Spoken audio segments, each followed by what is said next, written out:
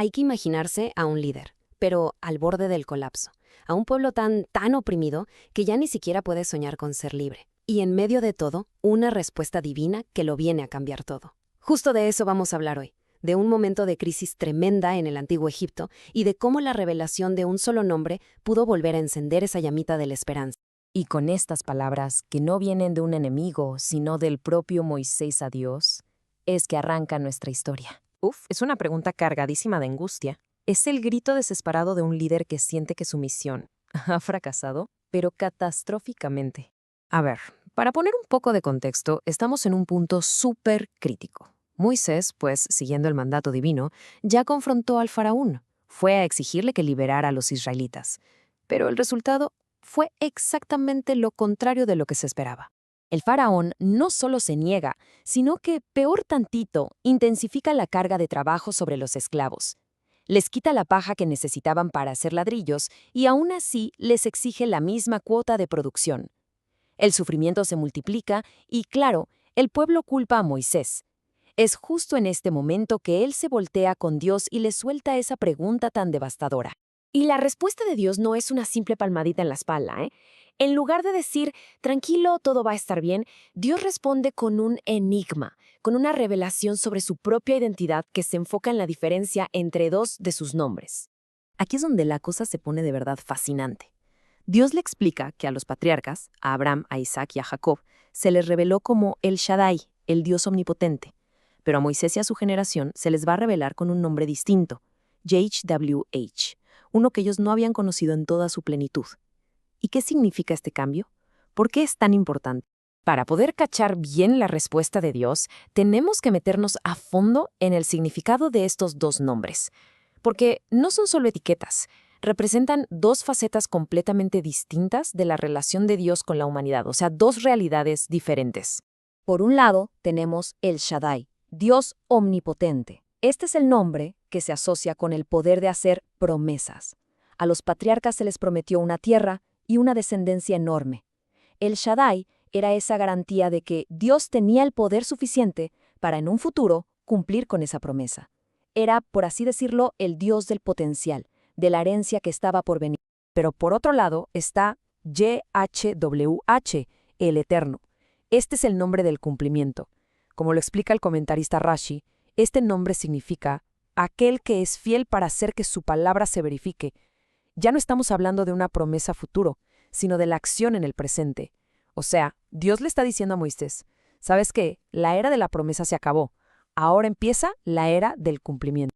Entonces, para que quede súper claro, con los patriarcas el enfoque era El Shaddai, el Dios de la promesa, para una herencia futura. Ahora, con Moisés, el enfoque cambia a YHWH, el Dios del cumplimiento, para una redención inminente. El mensaje no podía ser más directo. El momento de actuar es ahora. Y bueno, Moisés, ya con este mensaje potentísimo, va con su pueblo para comunicarles las promesas de liberación. Pero la reacción que recibe no es para nada la que él se imaginaba. El pueblo simplemente no lo escucha. Y no es por falta de fe o porque desconfíen de Moisés, sino por algo mucho más profundo, más visceral. Están completamente aplastados. Su sufrimiento es tan grande, tan abrumador, que ya no tienen la capacidad emocional o espiritual para procesar un mensaje de esperanza. El término en hebreo que se usa aquí es koser ruach, que literalmente se traduce como cortedad de aliento. Rashi lo explica muy bien. Cuando alguien está muy acongojado, su aliento se acorta. Es una descripción física de un estado espiritual. Su espíritu está tan angustiado, tan oprimido, que literalmente no tienen espacio para respirar, y mucho menos para albergar la esperanza.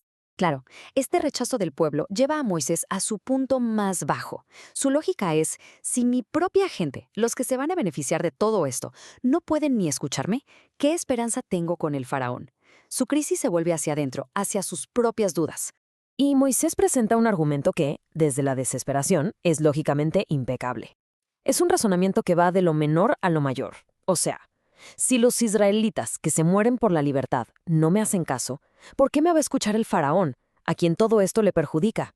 Y para acabarla, se acuerda de su propia debilidad, su obstrucción de labios, esa dificultad que tenía para hablar. Este tipo de argumento, que se conoce como Kal Vajomer, nos deja ver la profundidad del desánimo de Moisés. No es nada más una queja emocional, es una conclusión lógica basada en la evidencia de su fracaso. Se siente completamente rebasado por la tarea. Y aquí es cuando la respuesta divina es sorprendentemente práctica. Ante la protesta de Moisés sobre su obstrucción de labios, Dios no le da un discurso de motivación. No, en cambio, le da un socio. Asocia a Aarón con él para que sea su expositor, su intermediario. La misión no se detiene, sino que se renueva a través de la colaboración. Entonces, ¿qué podemos llevarnos de toda esta historia? Primero, que la revelación divina muchas veces responde a una necesidad histórica muy concreta. Segundo, que un nombre puede ser mucho más que una etiqueta. Puede definir una nueva realidad, marcando el paso de la promesa al cumplimiento. También vemos algo muy humano, que el sufrimiento extremo puede crear una barrera que impide recibir la esperanza. Y finalmente, que un liderazgo efectivo a veces no necesita más inspiración, sino apoyo práctico y real. Al final, toda esta historia nos deja flotando una pregunta que resuena hasta hoy. ¿Cuándo una promesa, ya sea divina o humana, deja de ser solo palabras para convertirse en realidad? Y la respuesta parece estar en que no basta con el poder para prometer. Se necesita la fidelidad para cumplir, el momento preciso para actuar, y a veces la ayuda de alguien que nos preste su voz cuando la nuestra simplemente no sale.